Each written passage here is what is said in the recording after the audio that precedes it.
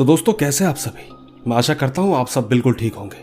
दोस्तों, आज आपके लिए बहुत ही बेहतरीन कहानियां लेकर आया हूँ। बस उम्मीद है कि आप इन कहानियों को पूरा सुनेंगे। साथ ही अगर आप मेरे इस चैनल पर पहली बार आए हैं और पहली बार ही मेरी आवाज़ सुन रहे हैं तो जल्दी से अभी चैनल को सब्सक्राइब करके बेल बटन ऑल पे कर लीजिए। साथ ही अगर आप ये चाहते हैं कि मैं आपकी कहानियों को अपनी आवाज़ दूं तो कहानियां सुनने के बाद आप मुझे इंस्टाग्राम पर मैसेज कर सकते हैं। मेरी आईडी है महेश आर्या यूट्यूबर। कहानी के बाद मैं आप सबको वहीं मिलूंगा। तो दोस्तों, बिना किसी देरी के जल्दी से अपने अपने हेडफोन लगाएं और शुरू हो जाए मेरे यानी महेश के साथ।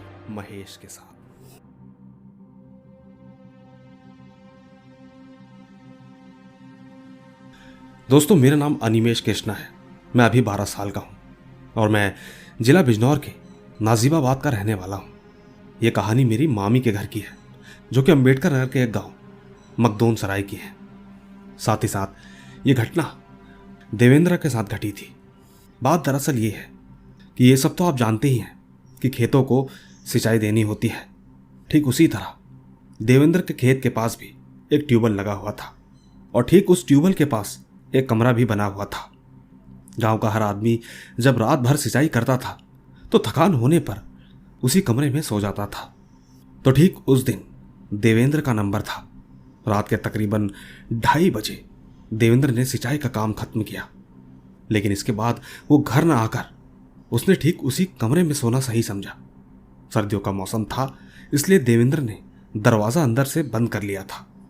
लेकिन दोस्तों, जैसे ही देवेंद्र की आंखें लगी तो अचानक उसको किसी ने इतनी तेज की थप्पड़ मारा कि वो बेड से नीचे गिर गया। डर के मारे दरवाजा खोलकर वो वहां से बड़ी ही तेजी से घर भागा। घर पहुंचते ही इससे पहले कि देवेंद्र अपने बारे में कुछ बताता, लेकिन घर वालों ने उसका चेहरा देखकर कहा कि तुझे किसने इतनी तेज थप्पड़ मारा? तेरे चेहरे पर 5 उंगलियां छपी हुई हैं। दोस्तों, देवेंद्र इतना डर गया था कि बड़ी मुश्किल से अपने साथ हुई घटना के बारे में बता पाया।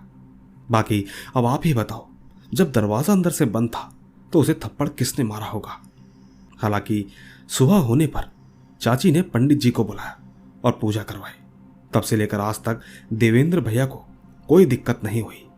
साथ ही साथ इस कहानी को खत्म करने से पहले बता दूं कि सर, ये कहानियां मेरी माँ को बहुत पसंद है। वो रोज आपकी कहानियां सुनती रहती हैं और तो और उन्होंने अब तक की आपकी सारी कहानियां सुनी हैं। धन्यवाद। आइए दोस्तों, चलते हैं अपनी दूसरी कहानी की तरफ। महेश भैया, मैं आपके YouTube चैनल का सब्सक्राइबर हूं। रेगुलर आपकी सभी कहानियां सुनता हूं, जो कि मुझे काफी अच्छी लगती हैं। कुछ तो मुझे बहुत रियल लगती हैं और कुछ फेक। लेकिन ये तो भेजने वाले के ऊपर है कि वो आपको कैसी कहानी भेजता है।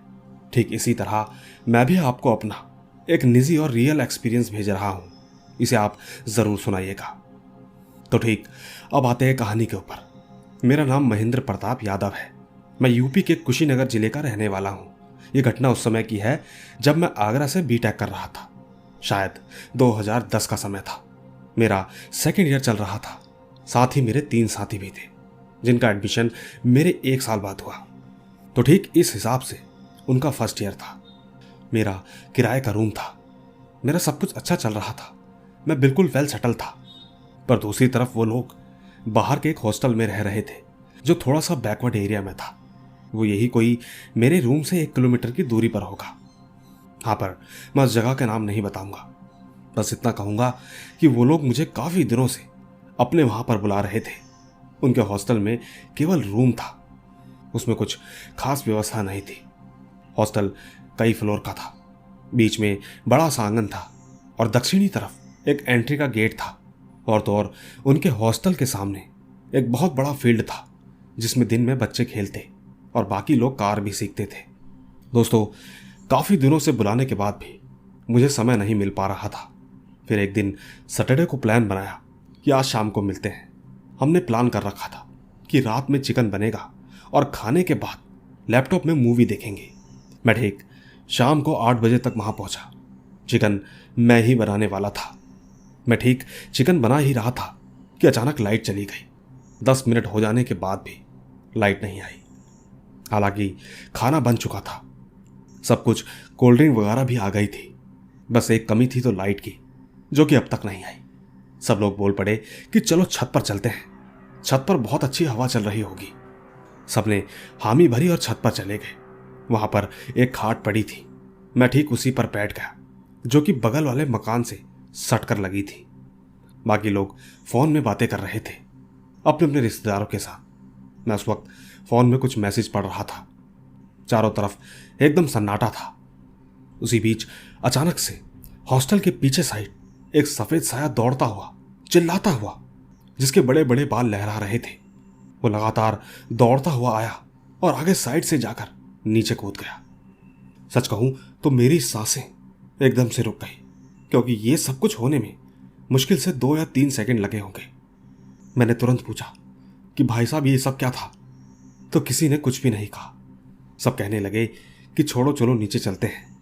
लेकिन दोस्तों, मैं एकदम सन्न था। दिमाग में वही साया घूम रहा था और दूसरी तरफ इनकी चुप्पी मेरे मन में संदेह पैदा कर रही थी। खैर, जब हम नीचे पहुंचे तो लाइट आ चुकी थी। इसके बाद हम लोगों ने खाने की तैयारी करी और खाना खाया। सब कुछ हो जाने के बाद हम सब बेड पर लेट गए। प्लान के मुताबिक हमें मूवी देखना था। ठीक 12 बजे तक मूवी चली, जिसके बाद कुछ लोग सो गए। लेकिन दूसरी तरफ मैं और मेरा एक पार्टनर अभी भी जगे हुए थे। मुझे वॉशरूम जाना था तो मैं धीरे से उठा। मेरे उठते ही दोस्त ने कहा कि कहाँ जा रहा है। मैंने कहा वॉशरूम करने। उसने कहा रुको। उसने टॉर्च लिया और मुझे अपने साथ लेकर गया। दोस्तों, वहां से लौटने के बाद हम जैसे ही रूम के अंदर आए और हमने दरवाजा बंद किया तो अचानक ऐसा लगा मानो कि जैसे आंगन में किसी ने एक लोहे का मोटा सा खंभा पटक कर रख दिया हो। आवाज इतनी तेज थी कि कान में झंझनाहट हो गई। सच कहूं तो अब मैं डर चुका था। साथ ही दूसरी बात यह थी कि इन सब ने मुझे पहले से ही कुछ भी नहीं बताया था। सच कहूं तो मुझे बेचैनी होने लगी। बाकी सब खर्राटे मारते हुए आराम से सो रहे थे। उन्हें देखकर ऐसा लग रहा था मानो कि जैसे उन्हें कुछ सुनाई ही ना दिया हो। मैं ये सब सोच ही रहा था कि तभी अचानक वही आवाज दोबारा आई। इस बार तो मेरे होश उड़ गए। मैं मन ही मन इन लोगों को कोस रहा था। सोच रहा था कि आखिर मैं क्यों आया यहां। वैसे भी इन्हें तो कोई फर्क नहीं पड़ रहा। जैसे तैसे सोचते सोचते हम दोनों को नींद आ गई। वैसे जगह तो हम दोनों साथ में ही थे, लेकिन उसने बोलने से मना किया था। इसके बाद जब हमारी सुबह नींद खुली तो लगभग 7 बजे सबसे पहले मैं ही उठा। उठते ही मुझे अजीब सा एहसास हुआ। मेरे शरीर पर कई जगह खरोचों के निशान थे। मैंने जब दूसरे लोगों को देखा तो मुझे उनमें से 2 लोगों के शरीर पर निशान दिखे।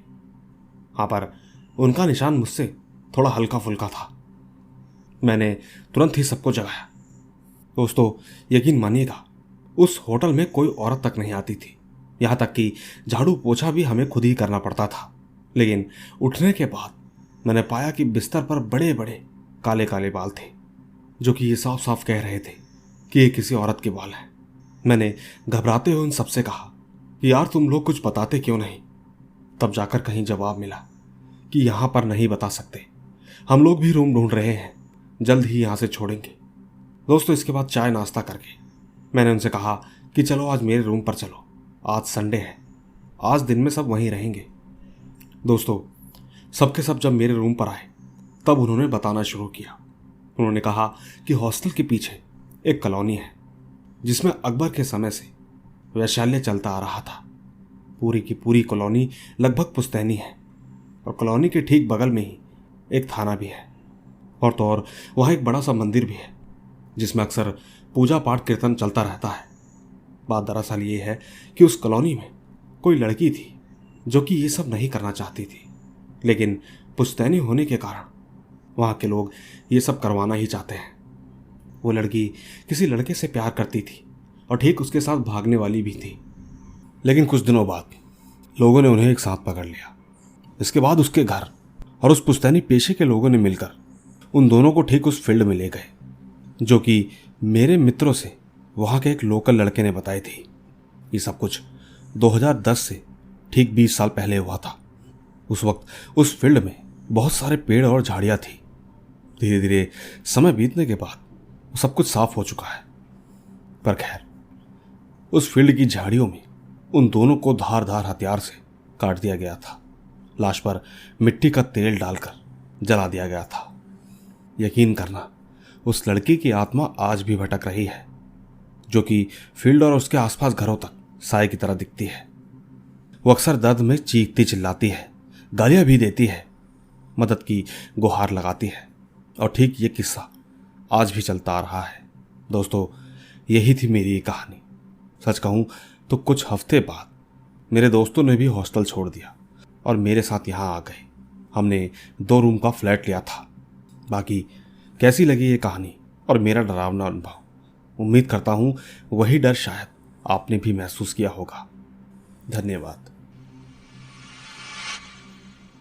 तो दोस्तों, देखा आपने, ये थी प्रताप यादव की कहानी। दोस्तों, इनकी कहानी वाकई लाजवाब थी। उम्मीद है आपको ज़रूर पसंद आई होगी। अब ठीक इसी के साथ मैं ले चलता हूं आपको हमारी आज की तीसरी कहानी की तरफ। आइए सुनते हैं। दोस्तों, मेरा नाम राजा कुमार है। मैं बिहार के एक छोटे से शहर मुजफ्फरपुर का निवासी हूं और ठीक हमारे शहर से गांव की दूरी लगभग 30 किलोमीटर है। उस वक्त मैं गांव में ही था, अपने माता पिता के साथ। सबको बताना चाहता हूं कि यह घटना मेरे साथ 10वीं कक्षा में घटी थी। हम लोग हमेशा की तरह रात खाना खाकर सो जाते थे। एक दिन हमने घर पर अच्छे से खाना खाया, उसके बाद हम लोग सो गए। ऐसे ही एक दिन मैं अच्छे से खाना खा पीकर सो रहा था कि अचानक 2-3 घंटे बाद मेरे पेट में दर्द होने लगा। मैं उठकर अपने बिस्तर पर बैठ गया, सोचने लगा कि शायद ज़्यादा खाना खाने की वजह से हो रहा होगा। मैंने सोचा वॉशरूम से हो आता हूँ। उस वक्त थोड़ी थोड़ी बारिश भी हो रही थी और बिजली भी कड़क रही थी। पूरा आसमान एकदम साफ था। देखकर ऐसा लगता था कि मानो सुबह हो गई। मैंने उस वक्त मोबाइल में टाइम को नहीं देखा और खुले में वॉशरूम के लिए चला गया। मैं बताना चाहता हूँ कि मैं भूत प्रेत पर विश्वास नहीं करता था। तो ठीक उस वक्त हमें भी ऐसा ही लगा कि शायद कोई आदमी रोड पर टहल रहा है। मैंने उसे अनदेखा किया और वॉशरूम करने चला गया। उसी बीच अचानक से मेरे आगे पीछे जोरों से पायल बजने लगी। वो आवाज़ इतनी तेज थी कि उसके अलावा मैं कोई आवाज़ नहीं सुन पा रहा था। सच कहूँ तो उस वक्त मैं काफ़ी डर गया था। मैंने अपना काम खत्म किया और सीधा घर की तरफ जल्दी जल्दी चलने लगा। साथ ही दूसरी तरफ पायल की आवाज़ बंद होने का नाम नहीं ले रही थी। उस आवाज़ ने हमारे गेट तक पीछा किया। मैंने डर के मारे सीधा सोने की कोशिश की। नींद आंखों में नहीं थी। बार बार वही आवाज़ हमें सुनाई दे रही थी। यही सब सोचते सोचते कब नींद आई पता ही नहीं चला। फिर इसके बाद हमने सुबह उठकर अगली सुबह मैंने ये सारी बातें अपने माता पिता को बताई। दोनों ने मुझे मिलकर बहुत डांटा, कहा कि आज के बाद कभी अकेले मत जाना। दोस्तों, सच्चाई तो ये थी कि उस वक्त मैं वॉशरूम करने अकेला नहीं गया था। अब आप ही बताइए कि कैसी लगी मेरी ये कहानी। इस कहानी को 2 साल हो चुके हैं और अभी मैं 12वीं कक्षा में कॉमर्स कर रहा हूँ। मेरे अब तक के जीवन की ये सबसे पहली घटना थी। धन्यवाद। तो दोस्तों, ये थी राजा के साथ घटी कहानी। उन्होंने बताया कि किस तरह जब वो घर से बाहर गए और ठीक उनके साथ जो हुआ, क्या वो आप में से भी किसी के साथ हुआ है? नीचे कमेंट्स में ज़रूर बताइएगा। बाकी मैं ले चलता हूँ आपको हमारी आज की चौथी कहानी की तरफ। आइए सुनते हैं। नमस्कार दोस्तों, मैं गुड़िया बोल रही हूँ उड़ीसा से। मेरी शादी को अब 2 साल और 3 महीने हुए हैं, लेकिन मेरा कोई भी बच्चा नहीं हुआ है। हालांकि मुझे इसका कारण भी पता नहीं चल रहा है। और तो और मैंने और मेरे पति ने बहुत डॉक्टर को दिखाया, पर ना जाने क्यों वजह नहीं मिल पा रही बच्चा ना होने की। पर खैर, 1.5 साल पहले की बात बताती हूँ आपको। मेरी शादी को सिर्फ 4 महीने ही हुए थे। उस वक्त मेरे जेठ जी ने कुएं में कूदकर सुसाइड किया था, जिसके ठीक 2 महीने के बाद मैं 2 महीने की प्रेग्नेंट हुई। तो ठीक जब मैं प्रेग्नेंट थी तब एक रात मैं घर के पीछे की तरफ बर्तन मांज रही थी। तभी ऐसा साउंड हुआ कि मैं पूरी तरह से डर गई। इसके बाद थोड़ी ही देर में मुझे मेरी तरफ किसी के पैरों की चलने की आवाज़ आने लगी। जब मैंने उस आहट की तरफ देखा तो पाया कि 2 ही पैर थे और कुछ भी नहीं था। मैं डरते हुए जल्दी से बर्तन फेंक कर घर के अंदर आ गई। उस वक्त सब लोग खाना खाने के लिए बैठे थे और मुझे ऐसा डरते देख मेरे पति, मेरे देवर और मेरी सासू माँ पूछने लगी कि क्या हुआ। मैंने उन्हें सब कुछ बताया। उस वक्त मेरे देवर और पति को मेरी प्रेगनेंसी के बारे में पता था। तो ठीक उन दोनों ने कहा कि हम लोगों ने आपको मना किया था कि इस हालत में अकेले रात में बाहर मत जाना। पर मैंने उनसे एक ही सवाल पूछा कि क्या आप तीनों ने कोई आवाज़ सुनी थी। सब ने कहा नहीं। इसके बाद 2 दिन बीत गए। पेट में दर्द होने लगा। मैं ठीक खाना बनाना छोड़कर सोने के लिए चली गई। उस वक्त मेरे पति ने पूछा कि क्या हुआ। मैंने कहा 2 दिन पहले जब मैं डर गई थी उसके बाद से मेरे पेट में दर्द हो रहा है, और तो और आज तो बहुत ज़्यादा था, इसीलिए मैं चुपचाप सो गई। पति ने कहा कि ठीक है, तुम रेस्ट करो, अगर ठीक नहीं लगा तो मेडिकल जाएंगे। दोस्तों, मैं चुपचाप सो गई, लेकिन कुछ ही घंटों बाद मुझे कुछ अजीब सा होने लगा। जब मैं वॉशरूम गई तो मुझे ब्लीडिंग हो गई। मैंने तुरंत ही नहाया धोया, और ठीक जब मैं वापस आई तो पति ने कहा कि क्या हुआ, तुमने दोबारा से क्यों नहाया, क्या तुम्हारी तबीयत ठीक है। मैंने रोते हुए उनको कहा कि हमारा बच्चा चला गया। दोस्तों, यकीन कीजिएगा, तब से लेकर अब तक मेरा बच्चा नहीं हो रहा है। इसी के चलते मैंने एक बाबा जी से पूछा कि मैंने जिस पैर को देखा था वो किसके पैर थे। बाबा जी ने कहा कि वो आपके जेठ जी के थे, जो कि सबको देखने आए थे। बस उसी वक्त तुम बहुत ज़ोरों से डर गई। अब दोस्तों, क्या उस चीज़ की वजह से मेरे साथ ऐसा हो रहा है या कुछ और, नहीं मालूम, क्योंकि सब कुछ करने के बाद भी कोई रिजल्ट सामने नहीं है। बाकी ये कहानी आपको कैसी लगी नीचे कमेंट्स में ज़रूर बताइएगा। धन्यवाद। तो दोस्तों, ये थी गुड़िया की कहानी। इनकी कहानी वाकई इमोशनल है। मैं उम्मीद करूंगा कि जल्द से जल्द ये बिल्कुल ठीक हो जाए। बाकी वजह क्या है ये तो मुझे भी नहीं पता, मगर आशा है कि सब कुछ जल्द ही ठीक होगा। बाकी ले चलता हूं आपको हमारी आज की 5वीं कहानी की तरफ। आइए सुनते हैं। हेलो दोस्तों, मेरा नाम अर्पित है। मैं उन्नाव से हूँ। ये बात आज से 6 साल पहले की है। उस वक्त मेरी उम्र यही कुछ 11 या 12 साल की होगी।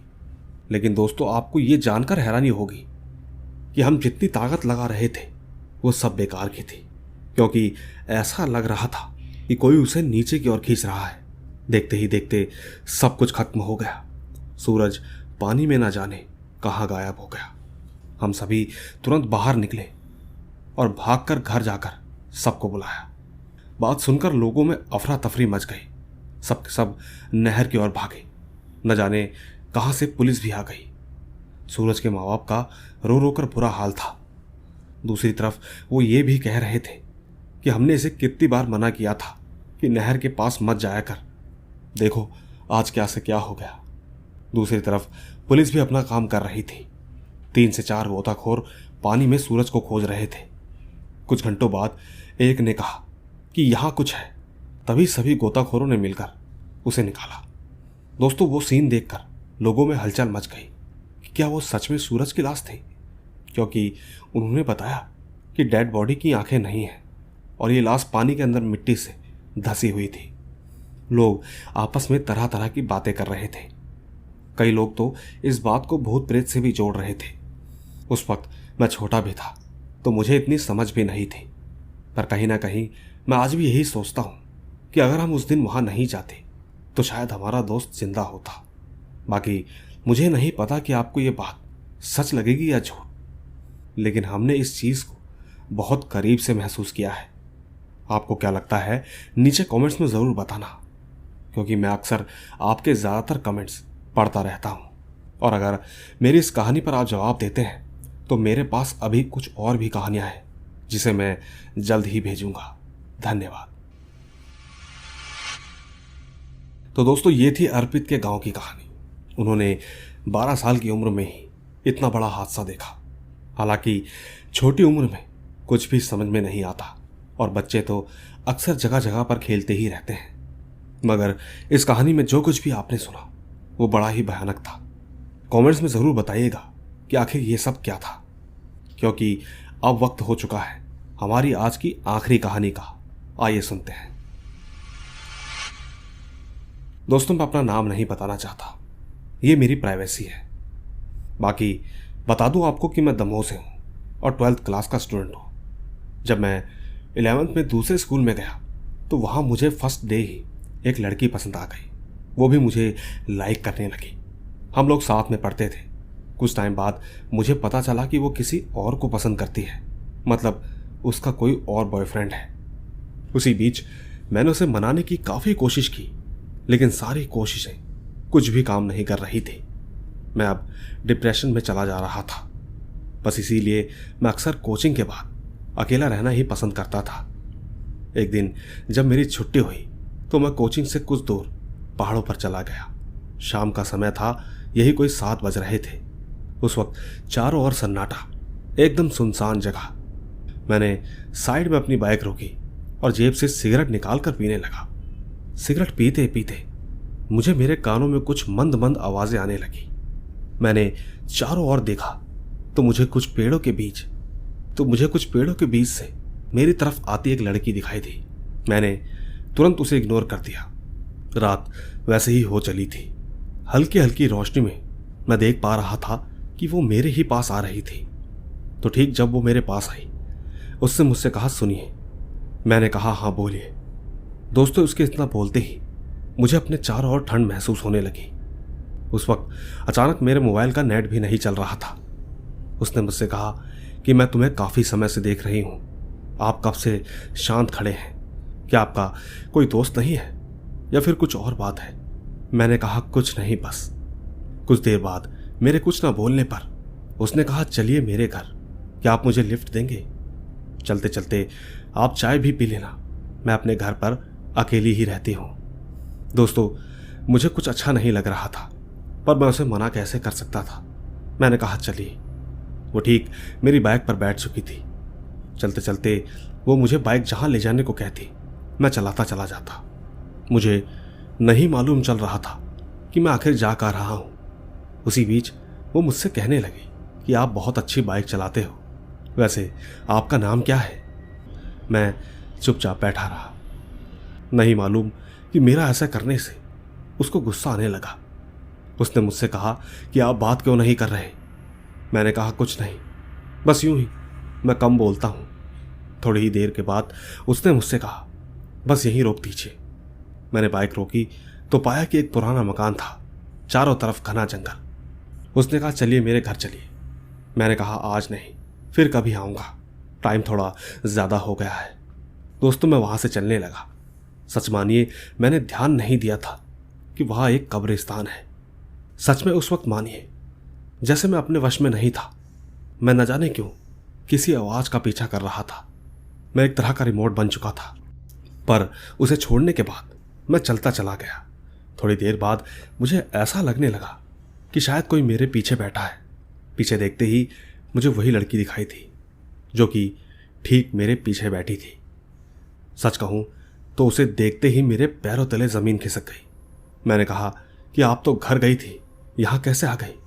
उसने कहा कि आज के बाद मैं तुम्हारे साथ ही रहूँगी, मैं तुम्हें लेकर ही जाऊँगी, और हाँ, तुम्हारे और मेरे बीच कोई कुछ नहीं कर सकता। दोस्तों, ये सब सुनते ही मैं बाइक को तेज़ी से चलाने लगा। वो तो न जाने किसकी कृपा बरसी कि मैं सीधा घर आ गया। वो ठीक मुझे रातों को सपने में दिखने लगी, रोज़ बोलती, चलो मेरे साथ। दोस्तों, ये करीब 1 हफ्ते तक चलता रहा। अक्सर मुझे रातों को पायल की आवाज़ आने लगी थी। सोते हुए लगता कि कोई मुझे देख रहा है। आखिरकार परेशान होकर मैंने ये सारी बातें अपने घर वालों को बताई। घर वालों ने तुरंत किसी ओझा को दिखाया। ओझा ने मुझे देखते ही कहा कि तुम्हारे साथ वो बहुत दिनों से है, वो ठीक तुम्हें पसंद करने लगी है और तुम्हें अपने साथ ले जाना चाहती है। लेकिन कोई बात नहीं, मैं तुम्हें कुछ सामान दे रहा हूँ, वो तुम अपने साथ रखना। मैंने ठीक सामान लिया और जो जो मुझे समझाया गया मैंने वैसा ही किया। दोस्तों, आज पूरा 1 साल हो गया है। न जाने वो चीज़ कहीं गुम गई है, लेकिन आज भी मुझे उसके होने का एहसास होता है। हालांकि नुकसान तो मुझे कुछ नहीं हुआ, मगर एक ऐसी चीज़ जुड़ गई है जिसको बयां कर पाना मेरे बस में नहीं है। बस ऐसा लगता है कि अब मैं इसी तरह जीता रहूँगा। धन्यवाद। तो दोस्तों, देखा आपने, ये थी हमारी आज की कहानियाँ। मुझे उम्मीद है आपको हमारी आज की हर एक कहानियाँ ज़रूर पसंद आई होगी। तो ठीक, अगर आपको ये कहानियाँ ज़रा सी भी पसंद आई हो तो कहानी को लाइक, शेयर और कमेंट्स तो ज़रूर ही कीजिएगा।